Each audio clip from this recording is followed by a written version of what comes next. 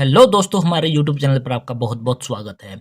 जैसा कि आप सभी को पता है, पूरे भारतवर्ष में है जो भिन्न भिन्न आर्मी बेस वर्कशॉप आपकी रहने वाली हैं, उनमें है जो सिविलियन की पोस्टें हैं जो आपकी निकली हुई हैं। और जैसा कि आप अपनी स्क्रीन पर देख पा रहे हो, सिर्फ इस कटिंग को देखकर आपने कोई भी एप्लीकेशन फॉर्म है वो फिल नहीं करना है, क्योंकि इस वीडियो के डिस्क्रिप्शन बॉक्स में आपको है जो इसका ऑफिशियली नोटिफिकेशन है जो हमने पहले से ही प्रोवाइड करवा दिया है।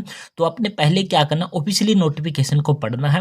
ऑफिशियली नोटिफिकेशन को पढ़ने के बाद ही आपने है जो ऑफलाइन एप्लीकेशन फॉर्म है वो भरने की कोशिश करनी है, या फिर किस पोस्ट के लिए आपने अप्लाई करना है उससे संबंधित सारी जानकारी ऑफिशियल नोटिफिकेशन में आपको है जो प्राप्त हो जाएगी। और यह जो एप्लीकेशन फॉर्म है जो आपको कहाँ से प्राप्त होगा उसके बारे में भी वीडियो के बीच में हम आपको ज़रूर बताएंगे कि आपको ये ऑफिशियल जो एप्लीकेशन फॉर्म है वो बिल्कुल फ्री में आपको कहाँ से प्राप्त होने वाला है। इसलिए आप हैं जो वीडियो के बीच में या फिर अंत तक ज़रूर तक बने रहिए।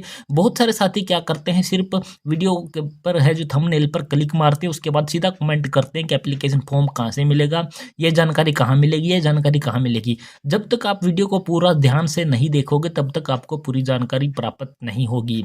तो हम आशा करते हैं कि आप वीडियो को पूरी तरह से अच्छी प्रकार से देखोगे और आपको सारी चीज़ें हैं जो समझ में आ जाएगी। आज हम जो आपको एप्लीकेशन फॉर्म है जो आपको है जो आर्मी बेस वर्कशॉप जबलपुर में जो मध्य प्रदेश में आपका रहने वाला है, उस वर्कशॉप का कोई भी एप्लीकेशन फॉर्म आपने किस प्रकार से अप्लाई करना है या फिल करना है, वो पूरा प्रोसेस इस वीडियो के माध्यम से आपको है जो करके दिखाने वाले हैं। तो सबसे पहले आपको यहाँ पर दिखाई देने वाला होगा एप्लीकेशन फॉर्म, और यहाँ पर आपको एक एडवर्टाइजमेंट नंबर लिखना है। ये एडवर्टाइजमेंट नंबर आप चाहें तो हमारा सेम टू सेम कॉपी कर सकते हैं, और अगर आपको चाहिए कि ये वाला एडवर्टाइजमेंट नंबर आपको कहाँ से मिलेगा उसके बारे में भी हम इस वीडियो में आपको है जरूर बताने वाले हैं। यहाँ पर 2 आपको लिखा हुआ मिलेगा, उसके बाद ये कमांडेंट और ये सारा का सारा पूरा का पूरा एक एड्रेस आपने ये पूरा लिख देना है। ये कहाँ से मिलेगा ये भी हम आपको बता देंगे कि आपको कहाँ से देखने को मिलेगा। फिर अपनी आप या चाहे तो हमारा भी कॉपी कर सकते हैं। यहाँ पर आपने फोटो चिपका देना जिस भी कैंडिडेट का ये एप्लीकेशन फॉर्म आप फिल करने जा रहे हो। पहला पॉइंट आपको दिखाई देने वाला होगा पोस्ट अप्लाइड फॉर। जिस भी पोस्ट के लिए एप्लीकेशन फॉर्म आप अप्लाई करने वाले हो उस पोस्ट का नाम आपने यहाँ लिख देना है। हम ये जो LDC कलर के यानी कि लोअर डिवीजन कलर की पोस्ट के लिए अप्लाई करके दिखाने वाले हैं। आप जो भी पोस्ट के लिए आप एलिजिबल हैं उस पोस्ट का नाम आपने यहाँ पर लिख देना है। यहाँ पर यूनिट का मतलब होता है कि जो 506 से लेकर के आपका जो MP मध्य प्रदेश तक यहाँ तक का जो पूरा का पूरा है ये आपका यूनिट का नाम आपका रहने वाला है। ये पिन कोड आपने यहाँ पर नहीं लिख देना। तो आप यहाँ शॉर्ट फॉर्म भी लिख सकते हो, army base workshop Jabalpur Madhya Pradesh, ये शॉर्ट फॉर्म भी आप इसकी लिख सकते हो। ये इसका यूनिट का नाम आपका हो जाता है। पॉइंट नंबर 2 है आपका है जो कैपिटल लेटर में या ब्लॉक लेटर भी इसको बोल देते हैं। जितना हो उसके एप्लीकेशन फॉर्म को आपने है जो बड़े अक्षरों में ही फिल करने की कोशिश करनी है, तभी आपका जो एप्लीकेशन फॉर्म है वो वहां पर अच्छी प्रकार से देखने में आता है और आपका एडमिट कार्ड है वो आसानी से आ जाता है। तो पहले कॉलम में आपने अपना नाम लिख देना, कैंडिडेट का नाम लिख देना है, और दूसरे वाले कॉलम में आपने क्या करना है, यहाँ पर आपको दिखाई देना है दूसरे वाले कॉलम में आपने अपना नाम लिखना है, और तीसरे वाले कॉलम में अपना क्या है यहाँ पर आपने लिखना है आपका है जो फादर का नाम, और उसके बाद मदर का नाम आपने लिख देना है। तो ये आप इसमें हस्बैंड का नाम भी आप लिख सकते हो, या फादर या हस्बैंड में से एक नाम आपको यहाँ पर लिखना होता है। इसके बाद इसको थोड़ा सा ऊपर करके लेके चलते हैं और आगे के पॉइंट आपको क्लियर करते हैं कि आगे वाले पॉइंटों में आपने क्या करना होता है। इसके बाद 4th पॉइंट आपको दिखाई देने वाला होगा जो कि डेट ऑफ बर्थ, आपकी जन्म तिथि आपने 4th पॉइंट में लिख देनी है। इसके बाद पॉइंट नंबर 5 आपको दिखाई देने वाला एज लास्ट डेट, यानी कि जो इसकी लास्ट डेट आपको एप्लीकेशन फॉर्म की रहने वाली है। कोई भी जो आर्मी बेस्ड आपका आर्मी बेस्ड वर्कशॉप का एप्लीकेशन फॉर्म जितने भी निकले उनकी सभी की जो लास्ट डेट है जो आपकी 17 जनवरी 2025 आपकी रहने वाली है। तो आपने क्या करना, 17 जनवरी 2025 में से अपनी डेट ऑफ बर्थ को माइनस कर देना है। माइनस करके जो निकल कर आएगा आपका ईयर, मंथ और डेज, वो आपने है जो 5वें पॉइंट में आपने लिख देने हैं। पॉइंट नंबर 6 में आपने नेशनलिटी आपने इंडियन लिख देनी है, और 7वें पॉइंट में आपने रिलीजन लिखना, अपना धर्म का नाम लिखना है कि आप हिंदू हो, मुस्लिम हो, सिख हो, ईसाई हो, जो भी हो आप अपना है जो धर्म का नाम यहाँ पर आपने है जो लिख देना है। इसके बाद आगे आता है पॉइंट नंबर 8 और पॉइंट नंबर 9। पॉइंट नंबर और 8 9 में है जो बहुत सारे बच्चे हैं जो क्या होते हैं, कंफ्यूज होते हैं कि कोरस्पोंडेंस एड्रेस हमारा क्या होता है और परमानेंट एड्रेस हमारा क्या होता है। तो हम आपको यहाँ पर थोड़ी सी समझाने की कोशिश करते हैं। परमानेंट एड्रेस है जो आपका, वो एड्रेस होता है जहाँ पर आप अपनी फैमिली के साथ हैं, जो अपने घर पर रहते हैं। यानी कि अपनी फैमिली के साथ, मम्मी पापा के साथ, या फिर अपने जो भी वाइफ वगैरह के साथ, जिसके भी साथ आप रहते हो, बहुत सालों से आप अपने जहाँ आपका होम बना हुआ है, घर बना हुआ है, वही आपका है जो आपका परमानेंट एड्रेस आपका होता है। अब कॉरस्पॉन्डेंस एड्रेस की बात कर लेते हैं। मान लीजिए आपका होम एड्रेस है, या आप रहने वाले दिल्ली के हैं और आप किसी काम के चलते हुए पंजाब में रह रहे हैं, और वहाँ पर अभी कुछ काम के सिलसिले में रह रहे हैं, और इसका जो एडमिट कार्ड है आप उसी पते पर प्राप्त करना चाहते हो जहाँ पर अभी आप कार्य कर रहे हो, तो वो वाला एड्रेस है जो आपका कॉरस्पॉन्डेंस एड्रेस है जो आपका बन जाएगा। तो आपको समझ में आ चुका होगा। अगर आपका परमानेंट और कॉरस्पॉन्डेंस एड्रेस सेम है तो अपनी दोनों की दोनों चीज़ें हैं जो सेम कर देनी है। अपना नाम, उसके बाद अपना हस्बैंड या अपने फादर का नाम, अपना विलेज या शहर का नाम, उसके बाद अपना पिन कोड, और यहाँ पर स्टेट, और यहाँ पर कॉन्टैक्ट नंबर, और अपना ईमेल आईडी आपने यहाँ पर दे देनी है। हम यहाँ पर किसी की पर्सनल डिटेल शो नहीं कर सकते, क्योंकि यूट्यूब की एक पॉलिसी होती है जिसका उल्लंघन हम बिल्कुल भी नहीं कर सकते। इसलिए हमने बीच बीच में यहाँ पर क्या है, XX या फिर स्टार लगा के डिटेल है जो फिल की हुई है। इसके बाद थोड़ा सा और ऊपर इसको लेके चलते हैं, और 11वें और 10वें और 11वें पॉइंट के बारे में आपको क्लियर करते हैं कि इसमें क्या रहने वाला आपका होता है। यहाँ पर 10वां पॉइंट आपकी कैटेगरी से संबंधित है। जिस भी कैटेगरी से आप संबंध रखते हो उस पर छोटा सा टिक मार्क लगा देना, उस कैटेगरी का नाम आपने यहाँ पर लिख देना है। यहाँ पर इनकी शॉर्ट फॉर्म है, तो यहाँ पर बड़ी शॉर्ट भी बनाई हुई, जैसे कि UR का मतलब यहाँ पर अनरिजर्व्ड, और SC का मतलब शेड्यूल कास्ट। इन सभी की फुल फॉर्म आपको यहाँ पर दिखाई देने वाली होगी। पॉइंट नंबर 11 आपको दिखाई देने वाला है फिजिकली हैंडीकैप्ड। अगर आप फिजिकली हैंडीकैप्ड हैं तो आपने यहाँ पर यस करना है, और यस करने के बाद आपकी फिजिकली डिसेबिलिटी आपकी कौन सी है, उस डिसेबिलिटी का नाम आपने यहाँ पर लिख देना है, और कितनी परसेंटेज आपकी डिसेबिलिटी बनती है वो आपने यहाँ पर लगानी है, लिख देना है। और CMO या सिविल सर्जन गवर्नमेंट हॉस्पिटल का आपका जो डिसेबिलिटी सर्टिफिकेट आपका रहने वाला है उसकी सेल्फ अटेस्टेड कॉपी भी आपने इसमें साथ में लगा देनी होगी। अगर आप फिजिकली हैंडीकैप्ड नहीं है तो आपने यहाँ पर नो लिख देना है, और यहाँ पर आपने डैश डैश लगा के इसको खाली छोड़ देना है। इनकी फुल फॉर्म भी आपको दिखाई देने वाली। B का मतलब ब्लाइंडनेस, और LV का मतलब यहाँ पर लो विजन आपको रहने वाला है। इनकी सभी की फुल फॉर्म आपको यहाँ पर दिखाई देने वाली होगी।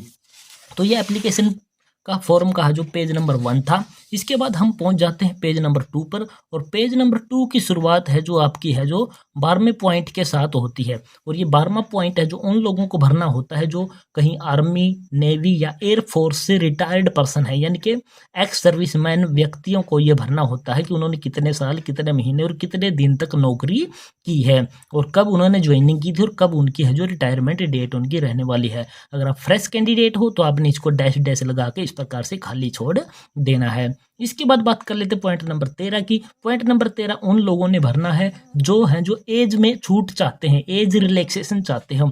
जैसे कि सेंट्रल गवर्नमेंट की पॉलिसी के अनुसार ST, SC, OBC कैंडिडेट, या फिजिकली हैंडीकैप्ड, और या फिर एक्स सर्विसमैन के जो कैंडिडेट होते हैं उनको एज में है जो छूट दी जाती है। तो अगर आप एज में छूट चाहते हो तो किस प्रकार से चाहते हो, SC, ST, OBC या फिर किस भी माध्यम से आप चाहते हो उसका अपने नाम लिख देना है। अगर आप जनरल कैटेगरी से अप्लाई कर रहे हो तो आप यहाँ पर NA लिख देना, यानी कि नॉट अवेलेबल या नॉट एप्लीकेबल आपके लिए रहने वाला है। तो इस प्रकार से आपने लिख देना है। पॉइंट नंबर 14 पर हम पहुंच जाते हैं। क्वालिफिकेशन लिखनी है, एजुकेशन क्वालिफिकेशन आपने लिख दिया। जिस भी पोस्ट के लिए आप फॉर्म अप्लाई कर रहे हो, एडवर्टाइजमेंट आपको है जो इस वीडियो के डिस्क्रिप्शन बॉक्स में प्रोवाइड करवा रखा है लिंक, वहाँ से आपने उसको देख लेना कि आप किस पोस्ट के लिए अप्लाई कर रहे हो और उसकी क्वालिफिकेशन आपकी क्या रहने वाली है। तो हम LDC कलर के लिए अप्लाई कर रहे हैं, तो हम उसमें क्या मांग रखी है, 12th तक की क्वालिफिकेशन मांग रखी है, उसके साथ में कुछ टाइपिंग वगैरह है, कुछ मांग रखी है। तो हम यहाँ पर 10th, 12th, उसके बाद पासिंग ईयर यहाँ पर, और उसके बाद बोर्ड या यूनिवर्सिटी का नाम हमने यहाँ पर लिख देना है। CBSE यानी कि central board of school education, जो भी आपका बोर्ड का नाम है वो बोर्ड का नाम आपने लिख देना है। अगर पूरा बोर्ड का नाम नहीं लिख सकते उनको शॉर्ट फॉर्म में इस प्रकार से आपने लिख देना है। यहाँ पर अपनी परसेंटेज लिख देनी है, और यहाँ पर अपना है जो ग्रेड या डिवीजन जो भी आपकी बनती है वो लिख देनी है। इसके बाद आपकी ग्रेजुएशन है, पोस्ट ग्रेजुएशन है, ITI का सर्टिफिकेट है, जो भी चीज़ें आपके पास अवेलेबल है वो भी आप यहाँ पर है जो फिल कर सकते हैं। इसके बाद यह हो गया आपका है जो 14 का बी पॉइंट ए पॉइंट। इसके बाद आ जाता है आपका बी पॉइंट। बी पॉइंट में इन्होंने क्या कह रखा है उसके बारे में भी आपको जानकारी देते हैं। बी पॉइंट यहाँ पर बोल रहा है कि एक्सपीरियंस, अगर आपके पास एक्सपीरियंस है तो यहाँ पर आपने यस करना है। कौन से ऑर्गेनाइजेशन, कौन से संगठन से एक्सपीरियंस है उसका नाम लिख देना। वो गवर्नमेंट था, प्राइवेट था, संगठन, वो उसका नाम लिख देना। आपकी अपॉइंटमेंट या अपनी पोस्ट कौन सी रहने वाली थी, कब आपने ज्वाइनिंग की थी, कब आपने वहाँ से जो है जॉब छोड़ दी थी, या फिर आपने कब तक आपने नौकरी की है उसकी डिटेल आपने फिल करनी है। अगर आप फ्रेश कैंडिडेट हो तो यहाँ पर नो लिख देना। नो लिखने के बाद यहाँ पर डैश डैश करके इस प्रकार से खाली छोड़ देना है।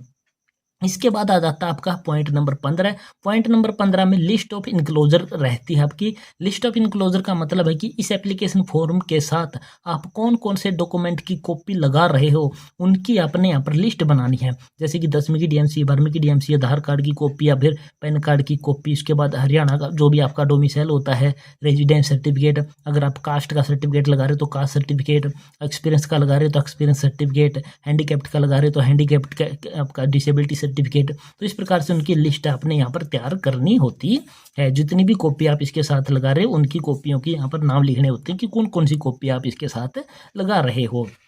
इसके बाद आपने फिर से थोड़ा सा ऊपर ऊपर लेके चलते हैं और 16वें पॉइंट के बारे में क्लियर कर दे। 16वें के साथ साथ जितने भी आगे के कॉलम हैं उनके बाद में बताएंगे। पहले 16वां कॉलम आपको क्लियर कर देते हैं। Detail of any identity proof है। एनी आइडेंटिटी का प्रूफ का मतलब है कि आपने कम से कम एक आईडी प्रूफ है जो इसमें साथ में लगानी है। चाहे तो आप यहाँ पर 2 भी लगा सकते हो, 3 लगा सकते हो, 4 लगा सकते हो। जो भी आपके पास आईडी प्रूफ अवेलेबल है उसकी जानकारी आपने यहाँ पर देनी है।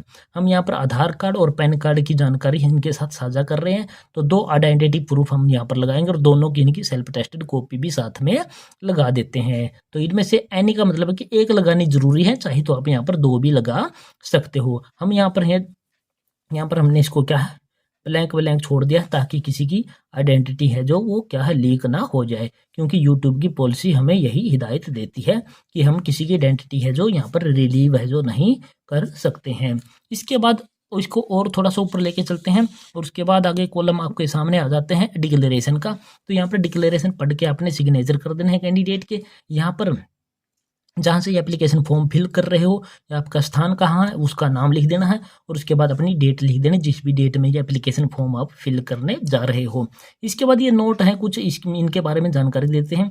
1 सेल्फ एड्रेस्ड इन्वॉल्व ड्यूली, यानी कि एक आपका स्वयं का पता लिखा हुआ एक लिफाफा आपने तैयार करना है, जिसको छोटा लिफाफा भी हम बोलते हैं, और उस पर 5 रुपये की डाक टिकट आपने लगानी है। किस प्रकार से तैयार करना अभी बता देते हैं।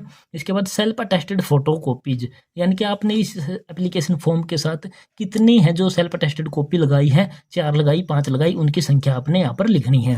इसके बाद 2 सेल्फ अटेस्टेड फोटोग्राफ्स, यानी कि जो फोटो आपने एप्लीकेशन फॉर्म पर चिपकाया है उसी प्रकार के 2 self attested photo copy photograph आपने इसके साथ एप्लीकेशन के साथ भेजने हैं, जिसके बैक साइड में अपना नाम या अपनी माता या पिता का नाम, चाहे तो अपनी डेट ऑफ बर्थ भी आप है जो लिख सकते हैं।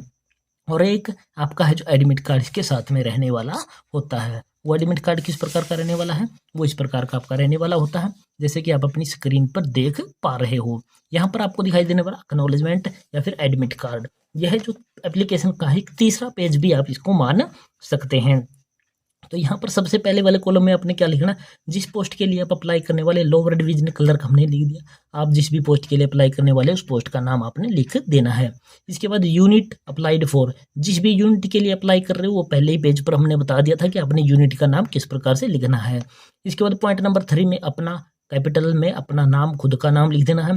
इसके बाद 4th में डेट ऑफ बर्थ लिख देनी है। उसके बाद मदर नेम, उसके बाद फादर या हस्बैंड का नेम आपने यहाँ पर लिख देना है।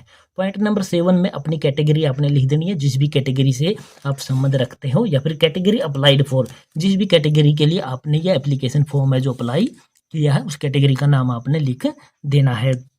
इसके बाद इसको थोड़ा सा ऊपर लेके चलते हैं और 8वां पॉइंट आपको यहाँ पर क्लियरली दिखाई देने वाला होगा, कोरस्पोंडेंस एड्रेस, यानी कि पहले पेज पर जो आपने कोरस्पोंडेंस एड्रेस लिखा था वो सेम टू सेम एड्रेस आपने यहाँ पर लिखना। अपने विलेज या शहर का नाम लिख देना है, यहाँ पर अपना पोस्ट ऑफिस लिख देना है, यहाँ पर अपनी तहसील, यहाँ पर अपना डिस्ट्रिक्ट, यहाँ पर अपना स्टेट और यहाँ पर अपना पिन कोड आपने लिख देना है। पॉइंट नंबर 9 में आपने क्या करना है, अपना टेलीफोन नंबर और ईमेल आईडी आपने यहाँ पर लिख देनी है। पॉइंट नंबर 9 तक आपने फिल करने, उसके बाद आपने कोई भी पॉइंट यहाँ पर फिल नहीं करना है। पॉइंट नंबर 9 तक आपने फिल कर लिया। फिल करने के बाद आपने इसके बाद 10वां और 11वां पॉइंट बिल्कुल भी नहीं छेड़ना है। क्यों नहीं छेड़ना? क्योंकि फॉर ऑफिस यूज ओनली, क्योंकि ये ऑफिस यूज के लिए आपका रहने वाला है। यानी कि वहाँ पर जो भी आपके वर्कशॉप में कर्मचारी हैं जो भी, वो इसको आपके एप्लीकेशन फॉर्म को एक्सेप्ट करेंगे। एक्सेप्ट करने के बाद है जो आपको ये सारे के सारे कॉलम है जो आपको फिल करके एडमिट कार्ड के रूप में है जो इसको वापस आपके पास है जो भेज देंगे। ये सारी चीज़ें आपको फिल करेंगे, उनकी यहाँ पर स्टैंप होगी, सिग्नेचर होंगे, डेट होंगे। इसके बाद आपको थोड़ा सा और ऊपर करके दिखाते हैं और आगे आपको यहाँ पर कुछ इंस्ट्रक्शन वगैरह है जो दिखाई देने वाली होंगी। ये इंस्ट्रक्शन आपने क्या कर लेनी है, एक बार ध्यान से पढ़ लेनी है। तो ये सारा जो आपका जो 2 पेज का आपका एप्लीकेशन फॉर्म हो गया और तीसरे पेज में आपका हो गया एडमिट कार्ड। ये सारी चीज़ें हमने है जो फिल करके आपको दिखा दी है। अब जो जो चीज़ें आपने इसके साथ में लगानी है उन चीज़ों के बारे में भी एक बार थोड़ा सा डिस्कस है जो आपके साथ है जो यहाँ पर क्या है कर देते हैं। 2 फोटो की बात हुई थी कि 2 एक्स्ट्रा फोटो आपने भेजने हैं, तो ये वाला फोटो है। इसी प्रकार के 2 एक्स्ट्रा फोटो है जो आपने यहाँ पर क्या कर देने, यहाँ पर इस प्रकार से आपने स्टेपल कर देने हैं। जैसे कि हमने आपको यहाँ पर लगा दिया है, इसको स्टेपलर कर देना है। और इन फोटो के बैक साइड में आपने है जो इस प्रकार से अपना नाम पता लिखना है। जैसे कि हमने यहाँ पर लिख दिया, अपना नाम लिख देना है, फादर का नाम लिख देना है या फिर अपनी मदर का नाम लिख देना है, या फिर और चाहे तो अपनी डेट ऑफ बर्थ भी आपने बैक साइड में इन दोनों फोटो के बैक साइड में आपने मेंशन कर देनी है। तो इस प्रकार से आपने 2 फोटो है जो एक्स्ट्रा है जो इस प्रकार से इनको लगा देना है। इसके बाद बोला था कि एक छोटा लिफाफा आपने तैयार करना है जिस पर आपका स्वयं का पता लिखा हुआ होना चाहिए। तो वो स्वयं का पता लिखा हुआ लिफाफा आपने इस प्रकार से तैयार करना होता है। यहाँ पर आपने क्या लिखना है, टू के बाद अपना नाम लिख देना, अपना पिता फादर का नाम लिख देना है, यहाँ पर अपना विलेज या शहर का नाम लिख देना है, यहाँ पर अपना डिस्ट्रिक्ट, स्टेट और अपना पिन कोड और अपना मोबाइल नंबर लिख देना है, ताकि जब भी आपके गांव शहर में आए तो डाकिया आपको फ़ोन करके आपका जो ये एडमिट कार्ड आपको प्रोवाइड करवा सके। और इस पर आपने क्या करना है, एक 5 रुपए की डाक टिकट आपने यहाँ पर लगानी है। वो डाक टिकट आपकी है जो इस प्रकार की रहने वाली होंगी। ये आपकी जो 500 लिखा हुआ है ये आपकी 5 रुपए की एक डाक टिकट है जो बन जाती है। सिर्फ आपने एक ही डाक टिकट लगानी, वो 5 रुपए की। कई साथी कमेंट करेंगे कि आपने 10 रुपए की लगाई। 10 रुपए की हमने नहीं लगाई, आपको समझाने के लिए बता रहे हैं कि एक 5 रुपए की डाक टिकट आपने लगा देनी है। सिर्फ एक डाक टिकट लगानी, वो इस प्रकार की आपने ऐसे लगा देनी जैसे कि ये होगी एक 5 रुपए की डाक टिकट। ये हो गया आपका अंदर का मटेरियल आपका पूरा का पूरा रेडी। अब ये पूरा का पूरा मटेरियल आपने है जो बंद कैसे करना है, किस प्रकार से बड़े लिफाफे में अपने बंद करना, वो भी बता देते हैं। तो आपने क्या करना है, एक बड़ा लिफाफा इस प्रकार से तैयार करना होता है। ये सारे के सारे आपको बुक सेलर से प्रोवाइड हो जाते हैं। तो यहाँ पर आपको सबसे ऊपर का दिखाई देने वाला होगा application for the post of. आप जिस भी पोस्ट के लिए अप्लाई करने वाले उस पोस्ट का नाम लिख देना है और एंड में अपनी है जो यहाँ पर कैटेगरी आपने लिख देनी है। एंड कैटेगरी इस प्रकार से आपने लिख देनी है।